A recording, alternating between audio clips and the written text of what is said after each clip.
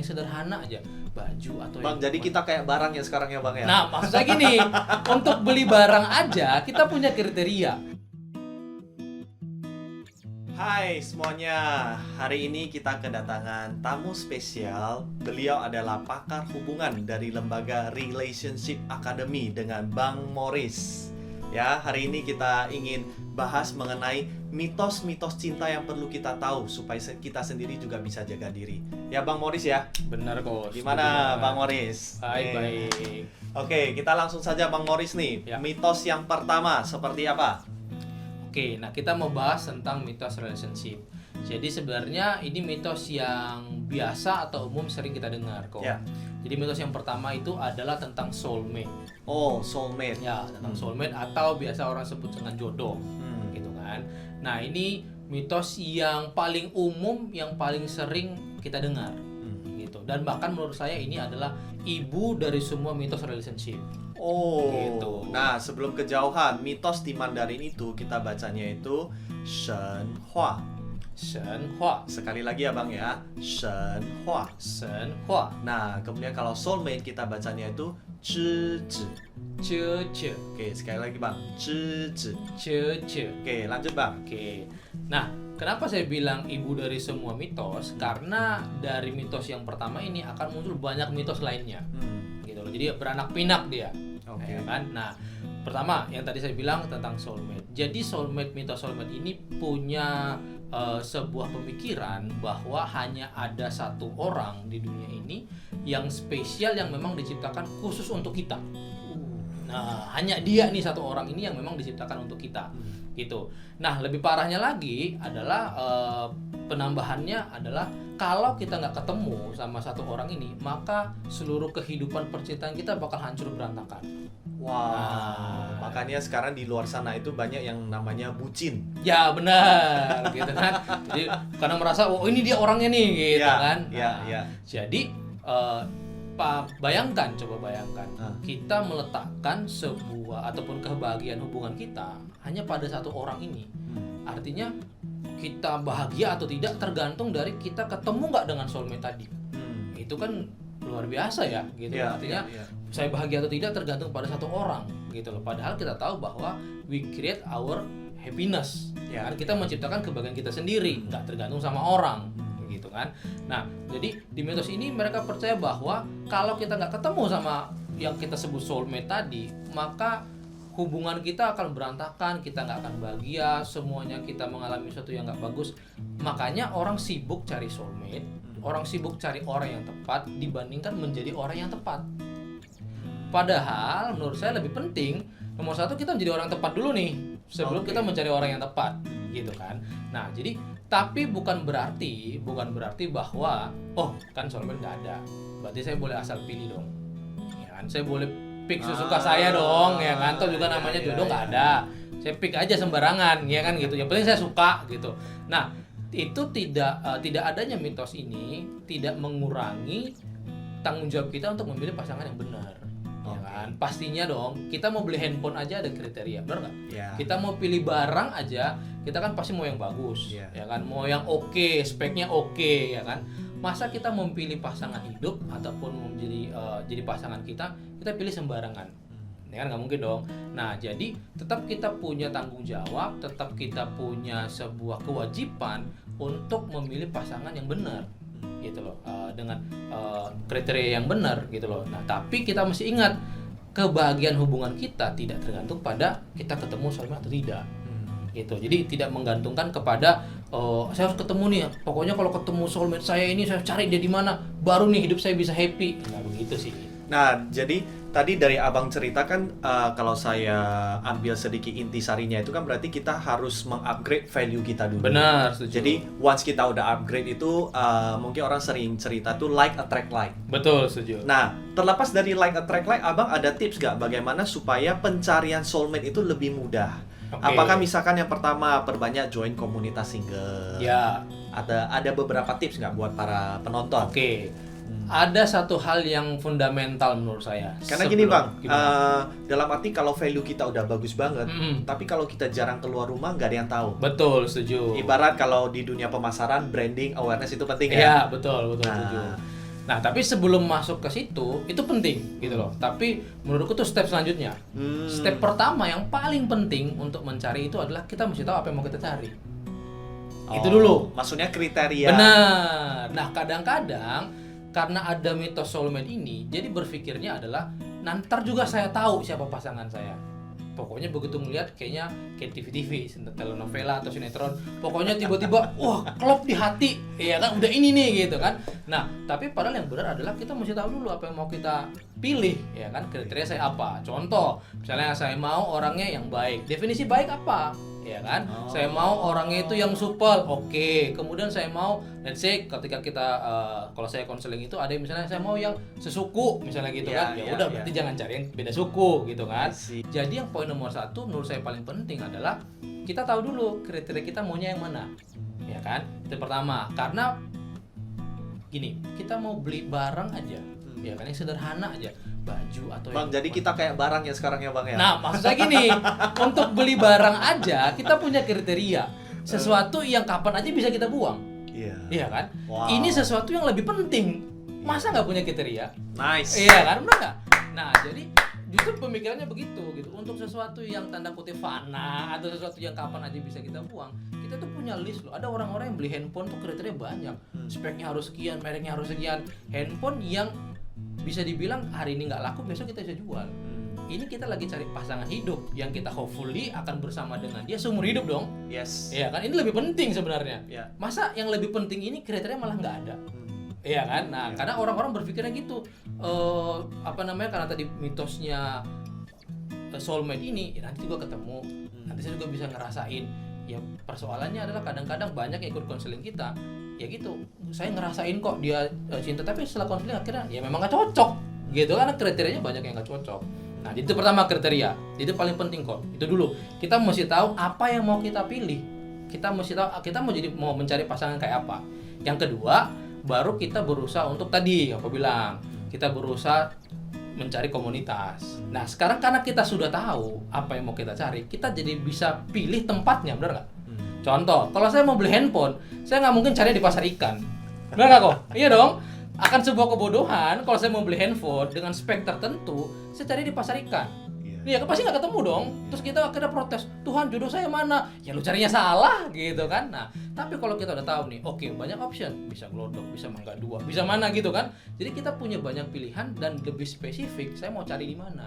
Tadi contohnya, saya mau orang yang religius, ya jangan carinya di kafe atau di bar dong, ya kan? Jangan carinya di pub, karena kan kriterianya mau religius dong. Yes. Nah, atau saya mau carinya yang satu suku sama saya, ya carinya mungkin di perkumpulan suku yang sama, ya kan? Jadi kita lebih spesifik nyarinya di mana. Karena saya percaya gini, menurut penelitian 89% jodoh kita itu ketemunya di sekitaran kita, nggak jauh-jauh dari kita. Gitu loh, makanya kan kita perlu cari tahu komunitasnya di mana nih yang memenuhi speknya saya, tanda kutip ya, speknya saya atau kriterianya saya itu ada di mana sih kira-kira. Nah, saya carinya di situ, baru kemungkinan besar saya ketemu di situ. Karena soulmate ini berpikir gini, pokoknya nanti ketemu entah gimana caranya, entah saya tiba-tiba lagi di WC ketemu, entah tiba-tiba saya lagi di mall ketemu, kan biasa tuh kok di sinetron kan, ataupun di FTV lagi jalan tabrakan gitu kan, habis itu jatuh buku gitu kan. Nah, seolah-olah oh ini soulmate nih gitu kan.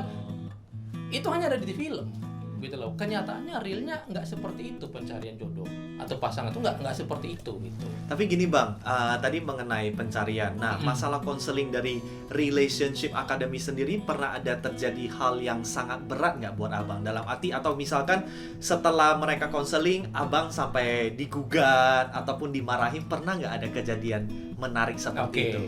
Kalau itu sih belum ada ya, karena kita clear di depan. Clear di depan bahwa apa yang saya sampaikan ini murni saintifik, satu. Kemudian dari kita sendiri tidak ada paksaan untuk mau lanjut atau tidak, itu kan terserah mereka. Tapi kita memberikan warning. Contoh misalnya ada kemarin ada pasangan case-nya menurut saya cukup berat, ya kan. Nah, saya rekomen kalau option cuma 2, saya bilang kalian mau jalanin dengan berdarah-darah atau kalian mau ya memilih selesai. Saya kembalikan ke mereka. Mereka sendiri sadar nggak? Sebelumnya nggak sadar, tapi udah tahu tanda-tandanya. Nah, nanti kita kan bahas di video selanjutnya. Tapi mereka udah ngerti tanda-tandanya, tapi merasa bahwa enggak, kami pasanganku, kami jodoh kok, kami cocok kok. gitu. Nah ternyata setelah asesmen kita, setelah konsultasi sama kita, mereka sendiri menyadari bahwa kayaknya nggak cocok deh gitu ya kan. Jadi bukan lagi berdasarkan feeling, cuman sekedar kayaknya cocok nih, kita udah lama gitu kan, udah pokoknya klop banget. Tapi setelah kita asesmen, mereka sendiri akhirnya mengungkapkan, iya sih memang nggak cocok sih, ada begini ada begini. Nah itu yang akhirnya kita pertegas dan ya kita kasih ke mereka optionnya tadi, mau lanjutkan tapi berdarah-darah atau ya mau selesai gitu kan. Itu clear, bahkan kita ada perjanjiannya, jadi kita nggak bisa dituntut dong ya kan, karena kan saya tidak pernah merekomen orang untuk lanjut ya, putus ya, nggak pernah. Siapa saya gitu kan. Nah Oke tuh guys, jadi yang pertama itu mitos tentang cinta itu adalah soulmate. Ya tadi kita sudah dengar. Habis ini kita intermezzo bentar, kita lanjut ke mitos yang berikutnya. Stay tune ya guys. Oke bang, nah seperti yang tadi kita cerita, mitos cinta pertama itu tadi apa? soulmate. Soulmate. Nah kita masuk ke mitos cinta yang kedua. Oke. Silakan bang. Mitos cinta yang kedua itu adalah cinta saja cukup. Oke, cinta saja cukup. Cinta Apakah saja cukup. cinta saja bisa membeli nasi padang? Kita coba dengarkan. Nah, jadi saya bisa bilang mitos kedua ini turunan mitos pertama. Oke. Ya kan? Karena ada mitos kita yang pertama tadi, Hmm. maka akhirnya mitos kedua ini muncul. Oke. Jadi mitos ini beranggapan bahwa untuk membuat sebuah hubungan yang berhasil, bahkan jangka panjang, cinta saja cukup. Hmm. Makanya kan tadi, asal saya ketemu dengan orang yang tepat, kami saling mencintai, maka seluruh hubungan percintaan kami, seluruh relationship kami akan baik sampai kalau istilahnya di film happy ending ataupun happy ever after gitu kan. Nah, tapi pada faktanya cinta aja nggak cukup untuk membuat sebuah hubungan itu bisa berjalan dengan baik, bahkan untuk jangka panjang. Bahkan penelitian mengatakan cinta saja tidak bisa menjamin untuk jangka panjang. Gitu loh. Nah, jadi cinta saja memang nggak cukup untuk sebuah hubungan. Makanya no wonder di luar itu masih banyak yang mencari one and only love ya. Benar. Seperti itu ya. Nah, kalau one and only love di Mandarin itu kita bacanya Wei Yi Te Ai. Wei Te Ai. Sekali lagi ya, Wei Yi Te Ai. Wei Te Ai. Nah, kalau cinta sendiri, cinta itu kita bacanya Ai. Ai. Oke, lanjut Bang. Oke. Nah, jadi karena ada mitos itu, jadi orang pokoknya kalau saya sudah cinta dengan dia, dia cinta sama saya, ya udah selesai gitu kan. Udah cukup, ini sebuah alasan yang kuat untuk kita melanjutkan hubungan dengan lebih tinggi gitu, ataupun lebih dalam lagi. Tapi pada kenyataan enggak. Nah, kalau kita mau lihat di layar bisa mungkin kelihatan.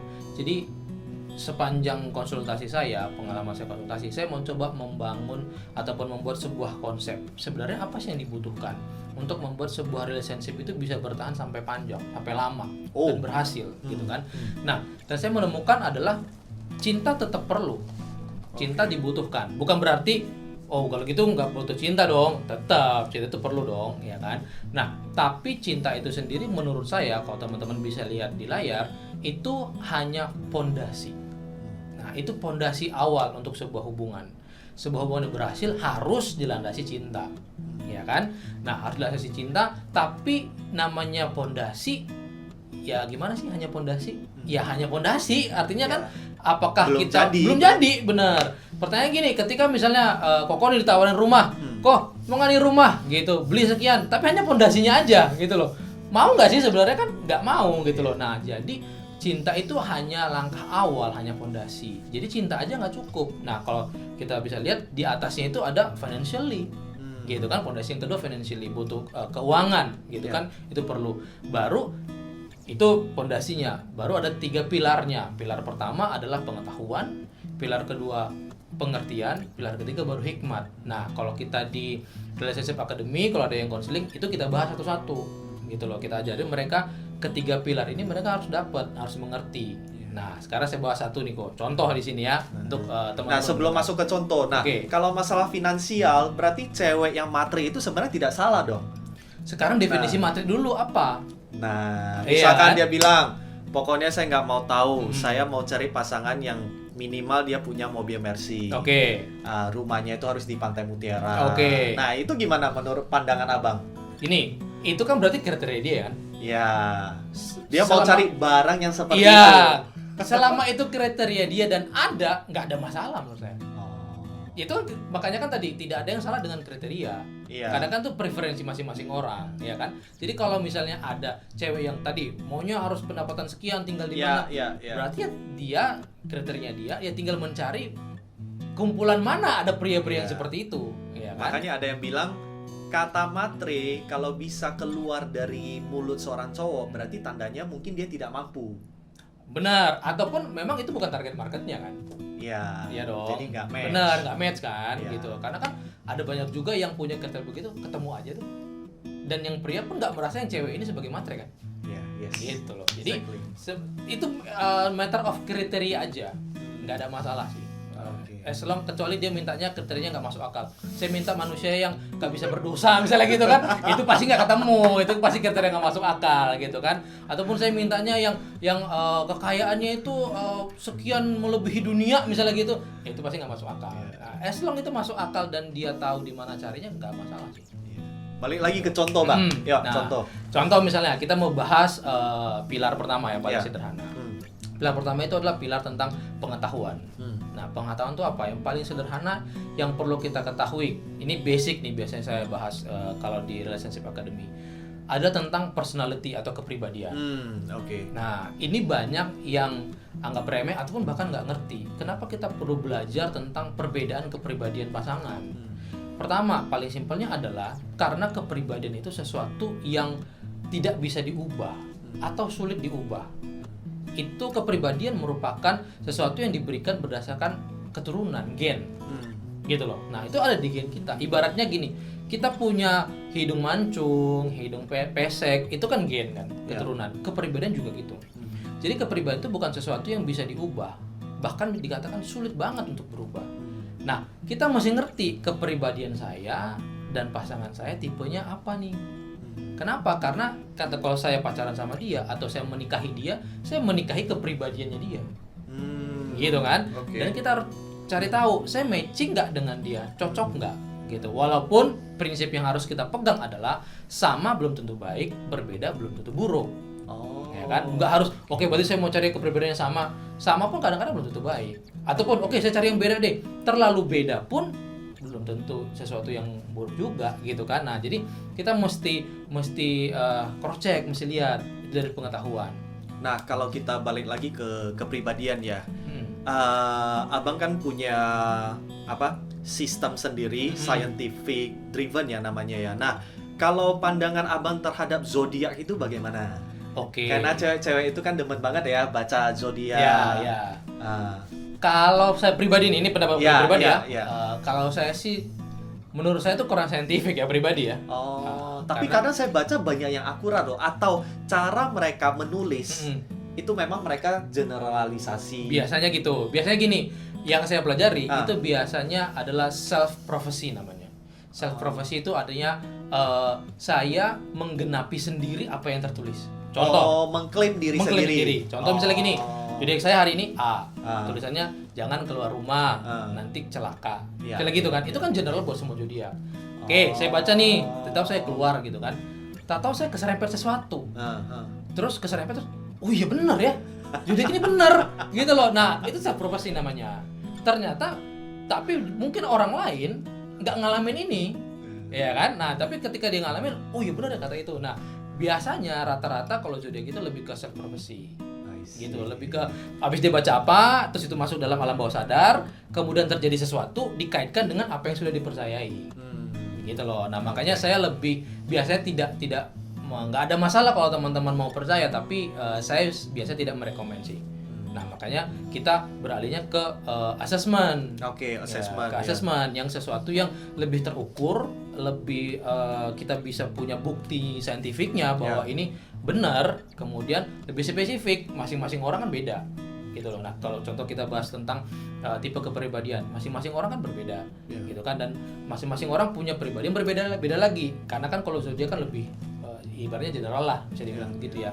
Nah, jadi contoh itu kita ajarin mereka gimana melihat tipe kepribadiannya dia dan pasangannya, cocok nggak gitu. Kemudian bisa kalau kita masuk pilar kedua tentang understanding, bisa saling mengerti nggak satu dengan yang lain.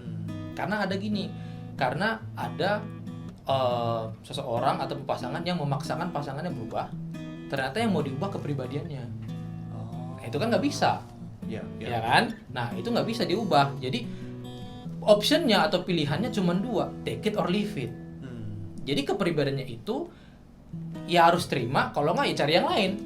Ya kan, cuman itu. Nah, jadi hari ini kita mau coba tes nih kok, ya kan, supaya juga memberikan gambaran kepada teman-teman yang mendengar. Nah, hari ini kita sudah tadi sebelumnya yang sebelum ini di take, Koko sudah ambil tes, ya kan? Nah, Koko sudah ambil asesmennya tentang kepribadian.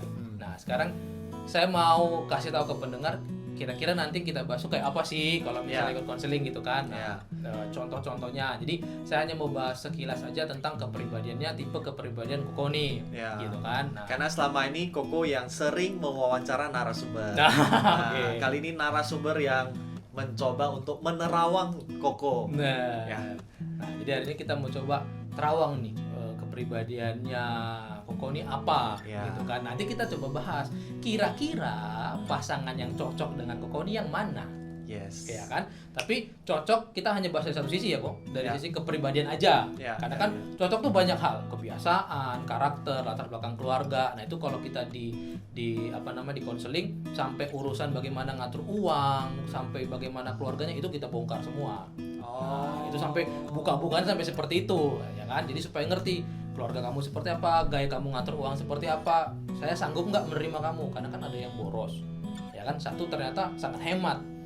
Sangat boros dengan sangat hemat, ini ketemu, wah berantakan gitu kan. Nah, jadi hal seperti itu. Jadi hari ini kita mau bahas tentang kepribadian aja. Nah, jadi kan sudah tadi Koko sudah ambil ya. Nah, ini kita langsung munculin ke layar ya, hasil tesnya ya. Nah, ini kita bisa dilihat kayak gimana nih, Bang? Ya. Oke. Jadi kalau misalnya dilihat dari di layar, ini ada sebuah grafik. Nah, ini grafik sederhana yang bisa menggambarkan sebenarnya tipe kepribadian Koko ini apa. Nah, jadi kalau di grafik kita coba lihat nih. Nah, itu ada 4 titik situ ya.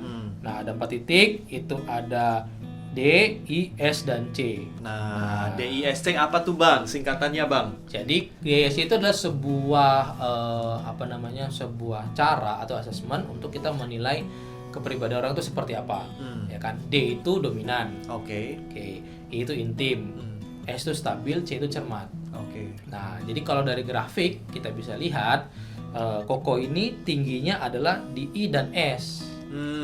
Gitu kan. Nah, berarti yang artinya yang artinya adalah I itu artinya orang yang supel.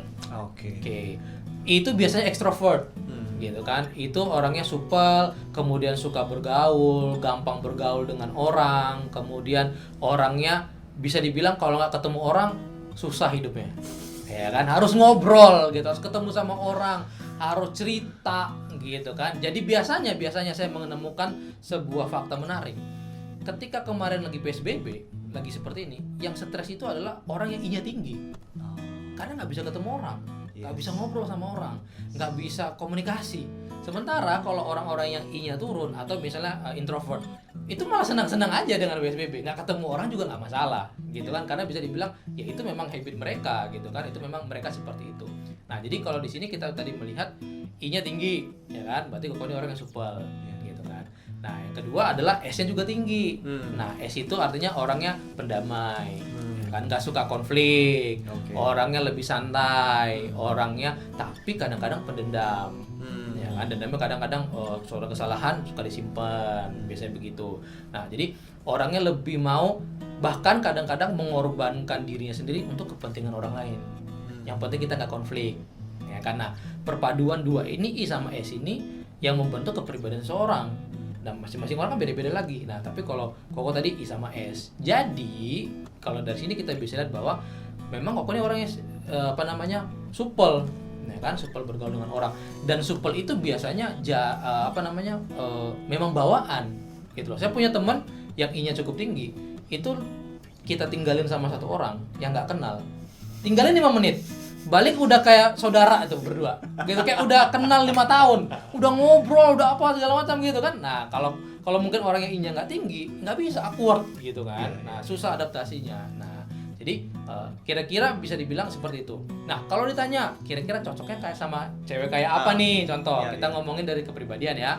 Nah, paling pertama adalah lebih cocok memang dengan I-nya juga yang tinggi. Jadi sama-sama supel. Akan sangat sulit kalau misalnya Koko ini ketemu ataupun pacaran dengan cewek yang I-nya rendah. Nah, jadi kalau misalkan kita deket sama cewek ataupun lawan jenis yang misalkan anggapan dia introvert, dia pengen upgrade diri, kira-kira bisa nggak Bang? Jadi bisa. Introvertnya itu dia turunin lah, jadi dia lebih cheerful, lebih easy going, bisa nggak? Nah ini salah satu pilar kedua, understanding, pengertian. Kepribadian tidak bisa diubah, tapi kita bisa adaptasi. Contoh, jadi dia pura-pura cheerful, bukan pura-pura. Makanya kan ini karena ketika kepribadian kan itu diri kita. Kita nggak boleh pura-pura. Tapi kita bisa meningkatkan kepribadian kita. Contoh misalnya, makanya saya selalu ajarin kalau introvert jadilah introvert yang benar, ekstrovert jadilah ekstrovert yang benar. Ekstrovert tidak bisa dipaksa jadi introvert nggak bisa dipaksa jadi ekstrovert. Tapi ada introvert yang bisa bergaul, ada introvert yang tidak bisa bergaul. Nah, introvert kita mau carinya adalah introvert yang bisa bergaul dong. Karena kan teman-teman ada sebuah kesalahan sebenarnya. Introvert itu bukan berarti nggak bisa bergaul. Introvert itu adalah energinya cepat habis kalau lagi rame-rame. Ya kan dia lebih cepat, lebih cepat gimana gitu kan. Makanya berusaha kalau udah energinya habis ya menyingkir. Tapi bukan berarti nggak bisa bergaul. Nah, yang kita latih itu biasanya introvert bisa bergaul. Gitu loh. Dan ekstrovert pun banyak juga ekstrovert yang nggak bisa komunikasi kok. Banyak juga ekstrovert yang nggak ngerti bagaimana mengkomunikasikan apa yang dia mau. Banyak, tapi itu yang saya sebut ekstrovert yang benar.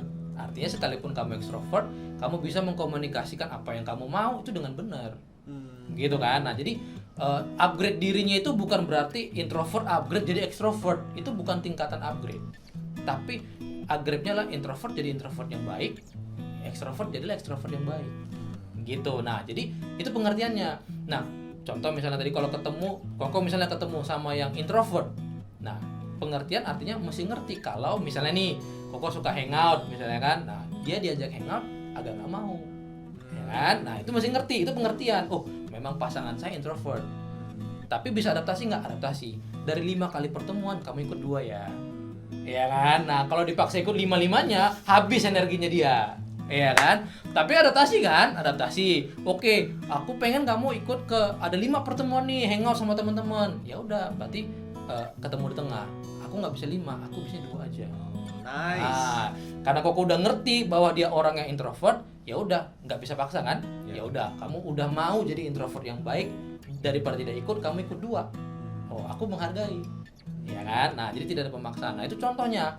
Gitu loh. Jadi, kalau makanya bilang tadi terlalu jauh pun satu ekstrovertnya tinggi, satu introvertnya tinggi, itu pun nggak baik. Tapi sama-sama introvert pun itu pun belum tentu buruk, belum tentu baik juga. Nah, jadi tergantung bagaimana kita bisa adaptasi. Nah, jadi buat contoh misalnya tadi I sama S ya. Aku ketemunya sama yang S-nya tinggi juga. Nah, bisa baik, bisa juga tidak. Kalau misalnya sama-sama tinggi, S biasanya orangnya lambat, orangnya lama dalam mengambil keputusan.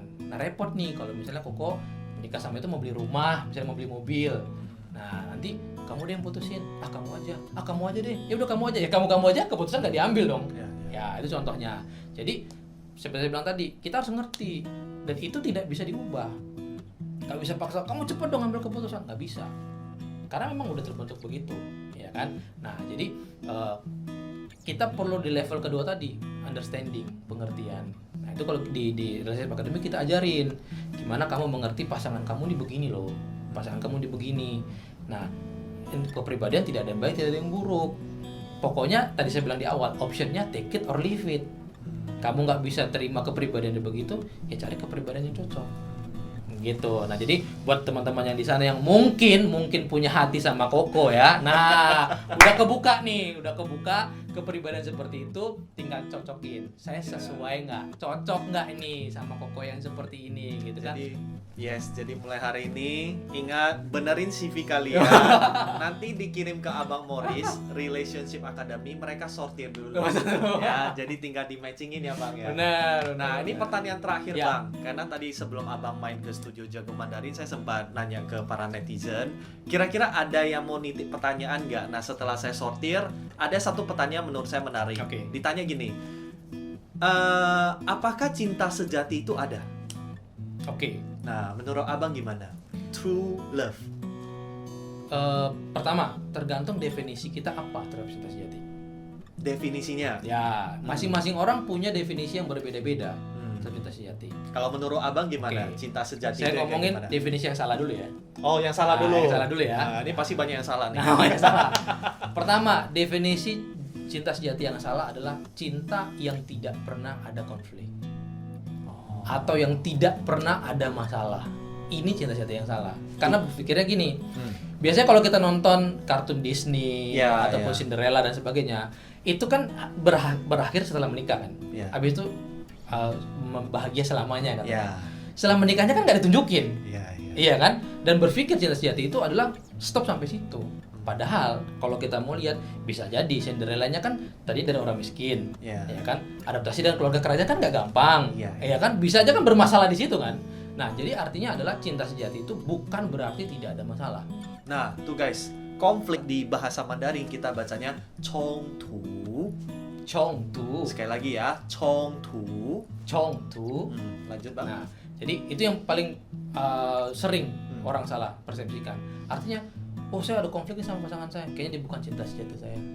Gitu. Jadi kecuali setiap hari konflik, itu baru kita cross check ada masalah nggak. Ya. Tapi kalau dalam relationship itu ada konflik yang besar sekalipun, itu tidak menandakan bahwa itu bukan cinta sejati.